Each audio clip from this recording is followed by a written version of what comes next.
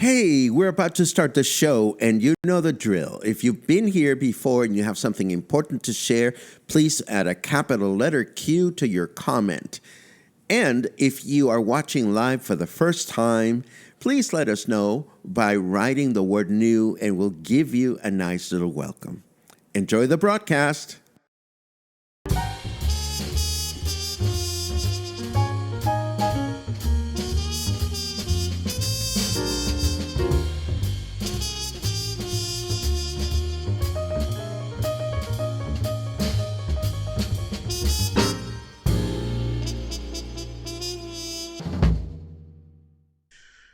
Good morning, everyone. Welcome back to Coffee and Headlines. Here we are, ready to share some news from our city, state, and country, ready to look at your comments, ideas, questions, suggestions, thoughts, intentions, plans, promotions, events, you name it. We want to hear everything that's going on out there.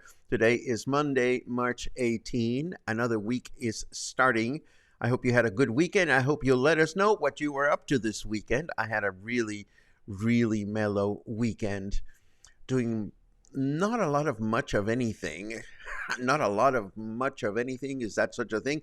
I had a restful weekend. I did a lot of crocheting. I spent some quality time with friends. I picked my nose. So the usual stuff. And speaking of the usual stuff, we have news, and I'm going to share some with you and a couple of event reminders and interesting things. So you know the drill. Let's get started. And we start with our first governmental debate for the state of Jalisco, which took place yesterday. The three candidates to become governors of our state got together for the first time and presented a few proposals. However, none of them clarified exactly how they plan on accomplishing these proposals. The first one to speak was Laura Aro, and she vowed to end delinquency alongside Xochitl Galvez, who is one of the candidates for the presidency here in Mexico. Then Pablo Lemus spoke about the creation of a state highway police department, a state intelligence center against delinquency, and more projects to help women defend themselves against violent attacks. But again, he did not specify any details. Then Claudia Delgadillo, who is supporting presidential candidate Claudia Sheinbaum, promised to end corrupt government in the state, and she promised the creation of youth community centers in the marginalized areas of the state so that young men and women can take classes.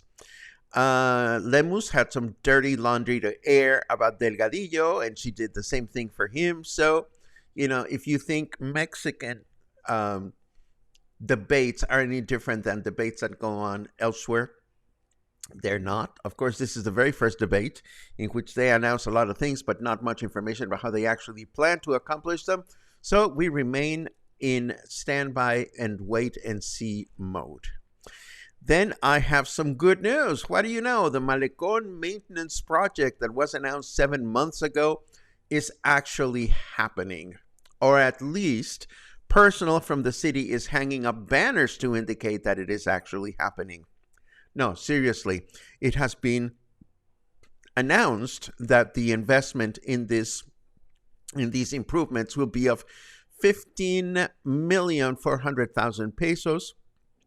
And the project will be conducted in different phases and concluded by August 1st of this year, of course, benefiting over 6 million visitors and over 292,000 local residents. So this is good news. This was a promise that we were waiting for, wondering if it would get done before the end of the current administration, and it seems like it's actually happening. Good news. Now, not so good news. Have you tried to park your vehicle in Marina Vallarta only to find one of these gadgets blocking parking spots? If you are pretending to install one of these in front of your business, well, guess what? You are being greedy. And if you are trying to park your vehicle, please know that these devices, which were installed without any authorization at Plaza Neptuno, are not allowed. Of course, I'm sure that reporters are going around asking businesses if they were the ones who installed those things, and I'm sure people are just shrugging and saying, oh, it wasn't me. But if you're trying to park your vehicle and this happens to you, a quick phone call to the Marina Vallarta Neighborhood Association will go a long way in stopping this clandestine and illegal maneuver. Tómala. And of course, we found out that what the most popular destinations within Mexico are for this coming Semana Santa, or more specifically, we found out where people that are planning on staying at an Airbnb property are headed. According to Airbnb, the preferred destination by Mexican nationals this year are Monterrey, Veracruz, Nuevo Vallarta, Guadalajara, and the Pueblo Mágico of Tepoztlán. So that's where Mexicans are headed, according to Airbnb. One way or another, we know our city is going to be fairly crowded. But we know what to do about that. And now this. Music transcends time and space. Witness the intimate elegance of solo performances.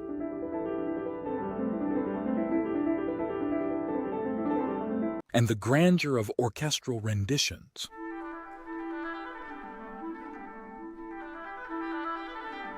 Two interpretations, one masterpiece.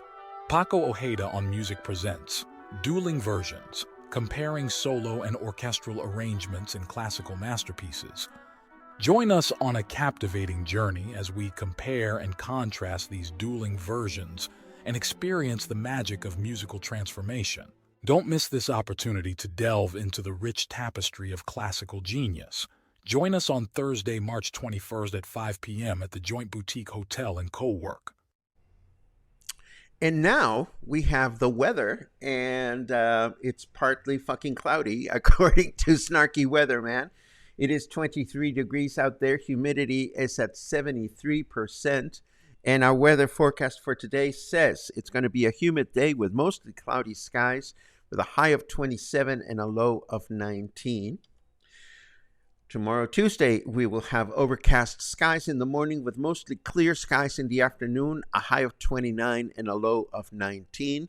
And then Wednesday, we will enjoy overcast skies in the morning with partly cloudy skies in the afternoon again, a high of 29 and a low of 19. Before I forget, I want to send a personal shout out to my dear friend Lucian, who watches from Canada every single day. I had a chance to spend some quality time with your son this weekend, or your sons, and we thought about you and we spoke about you, and I hope you're doing well. Yay. That is my little shout out to a good friend. And now I want to remind you that a total eclipse of the sun is coming. This one will put most of northern Mexico in the dark for over 5 minutes this coming April 8th. The article that we're referencing here includes specific times in which the phenomenon will be fully visible in places such as Mazatlán, Durango, Torreón, and Monclova, northern cities in our country. Here in Puerto Vallarta, we will enjoy it as a partial eclipse, and we'll have specific time. I think it's going to end up showing up shortly after 11 o'clock in the morning or right around the time in which we are finishing Coffee and Headlines. And as was mentioned last week, the annual jazz festival organized by Cuates y Cuetes begins tomorrow and will continue until March 27. As usual, there's not a lot of information yet as to who is exactly performing or why we should go. Hopefully, we'll get more details during the week. And last but not least, I am excited about the return of the Spotlight this coming Wednesday. I know that we have at least one very special guest lined up, and I know that a couple of other people are thinking about it, or maybe people will just show up without letting me know ahead of time, which is also fine. This is a great opportunity for anyone to promote your own events, no matter what kind of event you have. If the events are happening here in Puerto Vallarta and you're looking to increase your audience, we want to know about it.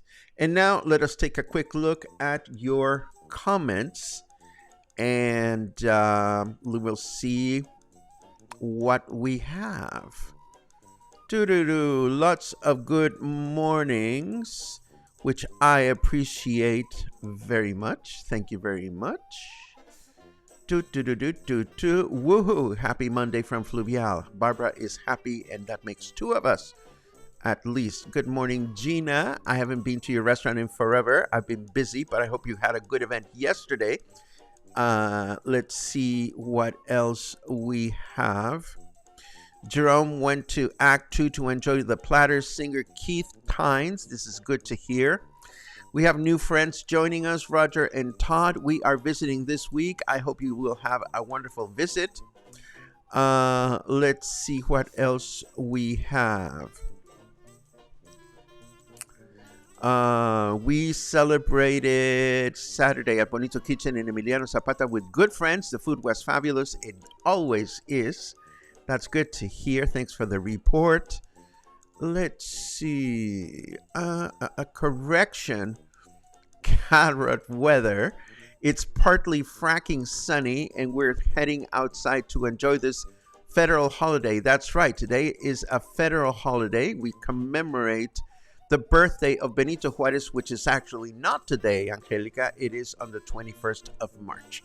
But this is one of them holidays that the government has chosen to move around so that people can enjoy a long weekend. Albert says, Cuates y Cuetes has posted a full schedule. I say not on the event page. If they're posting it elsewhere, I haven't seen it. And hopefully they will post it in the event page.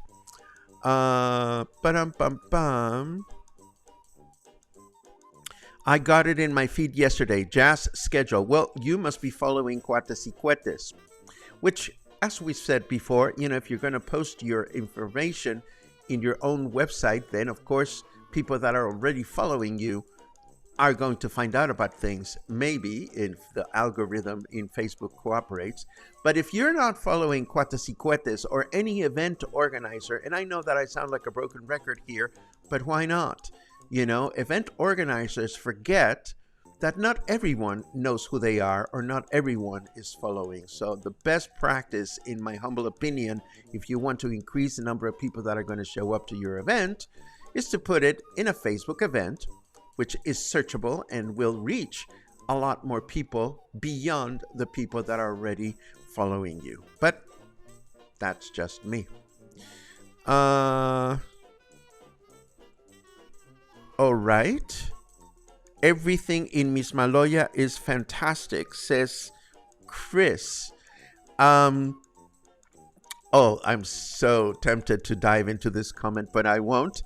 Because I know of things in Miss Maloya that are not fantastic. But Chris, do indulge us and let us know what happened in Miss Maloya that you found so fantastic. I'm just curious. I like certain things about Miss Maloya, but I'm curious what caught your attention.